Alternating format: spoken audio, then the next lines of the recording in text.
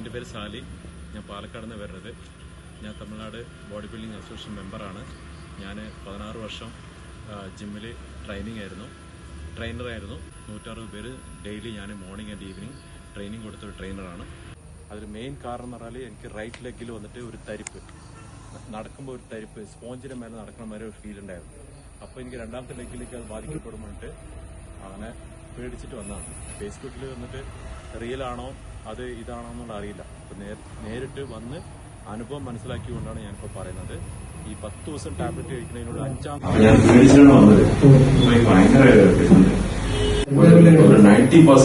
Clear ആയി.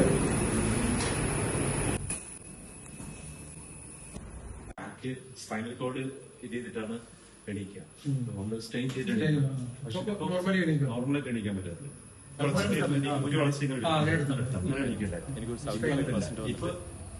Normal stair ആയി stain ചെയ്യാനുള്ള എക്സസൈസ് മാത്രം മുട്ടിയും കൈയും ചെയ്തിട്ടുണ്ട്.